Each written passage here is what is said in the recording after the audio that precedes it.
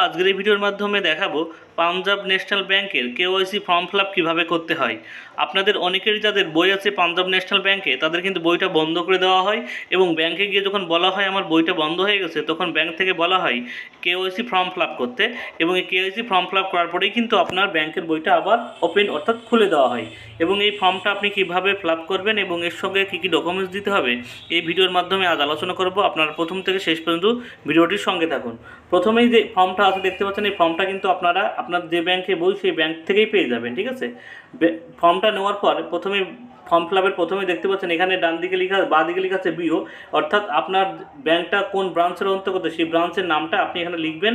আপনার যদি জানা না থাকে তাহলে কিন্তু আপনার ব্যাংকের যে বইটা আছে সে বইয়ে কিন্তু আপনার ব্রাঞ্চের নামটা লেখা আছে, এখানে ব্রাঞ্চের নামটা লিখে দেবেন সুন্দর করে, ঠিক আছে।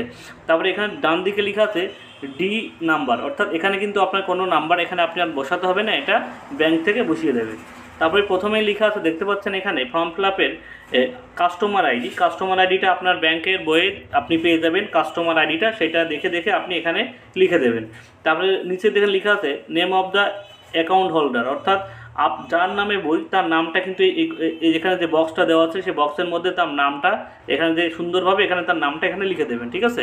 তারপরের বক্সে লেখা আছে অর্থাৎ বাবার নাম বা হাজব্যান্ডের নাম, কারো যদি বিয়ে হয়ে থাকে তাহলে তার হাজব্যান্ডের নাম লিখবেন এবং কারো যদি বিয়ে না হয়ে থাকে তাহলে তার বাবার নামটা এইখানে সুন্দর করে লিখে দেবেন, ঠিক আছে, এইখানে লিখে দেবেন। তারপরে বলছে অ্যাকাউন্ট নাম্বার, অর্থাৎ যে যে যে ব্যাংকের বইটা বন্ধ হয়ে গেছে সেই ব্যাংকের নাম্বারটা কিন্তু এখানে সুন্দর করে লিখে দেবেন, ব্যাংকের নাম্বারটা এখানে লিখে দেন অ্যাকাউন্ট নাম্বার, ঠিক আছে। তারপরে এখানে কিন্তু আপনাকে 4টে সই করতে হবে, অর্থাৎ আপনি ব্যাংকের যে সইটা করেন ঠিক সেম সইটা আপনি এইখানে করবেন।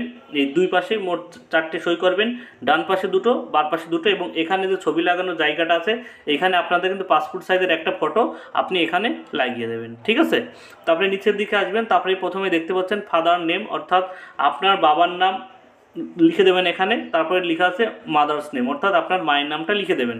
তারপরে আপনি দেখলে নিচে লেখা আছে ম্যাট্রিকুলার স্টার্ট, অর্থাৎ আপনার যদি বিবাহ হয়ে থাকে তাহলে আপনি ম্যারিড লিখবেন, যদি না হয়ে থাকে তাহলে আনমেরিডে টিক চিহ্ন দেবেন। এবং আপনি যদি কোনো বিবাহিত হয়ে থাকেন, ধর কোনো মেয়ের বিবাহ হয়ে গেছে তাহলে এখানে মেরিডে টিক লিখবেন এবং স্পাউস নেম, অর্থাৎ এখানে তার স্বামীর নামটা লিখে দেবেন, ঠিক আছে।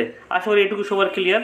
তারপরে বলছে place of the city of the birth, অর্থাৎ আপনার জন্মগ্রহণের সিটি সেটা দেখাবে, আপনার জন্মগ্রহণ করেছেন যে সিটির আপনার আশেপাশে যে সিটিটা আছে বা শহর আছে সেই শহরের নামটা এখানে লিখে দেবেন। তারপরে আপনি মেল অর্থাৎ ফিমেল, অর্থাৎ আপনি যদি মেয়ে হন তাহলে ফিমেলের ঘরে টিক দেবেন এবং আপনি ছেলে হলে মেলের ঘরে টিক দেবেন। তারপরে লেখা আছে ডেট অফ বার্থ অর্থাৎ ডিওবি, এখানে আপনার ডেট অফ বার্থটা এখানে লিখে দেবেন। আপনার আধার কার্ডের যে ডেট অফ বার্থটা আছে সেই ডেট অফ বার্থটা কিন্তু আপনি এখানে সুন্দর করে লিখে দেবেন, ঠিক আছে। তারপরে আছে আপনার প্রফেশন অর্থাৎ অকুপেশন, অর্থাৎ আপনি যে পেশার অন্তর্গত আপনার সেই পেশার নামটা এখানে দেবেন, অর্থাৎ আপনি কৃষক হলে সেটা দেবেন, আপনি ডে লেবার হলে ডে লেবার দেবেন, আপনি যদি কোনো গভর্নমেন্টে চাকরি করেন তাহলে সেটা দেবেন, আপনার যেটা প্রফেশন সেটা দেবেন। তারপরে বলছে টোটাল অ্যানুয়াল ইনকাম, অর্থাৎ আপনার বছরে কত টাকা ইনকাম সেই ইনকামটা আপনি এখানে বসিয়ে দেবেন, যার যেমন ইনকাম সেই সব ইনকামটা এখানে বসিয়ে দেবেন, ঠিক আছে।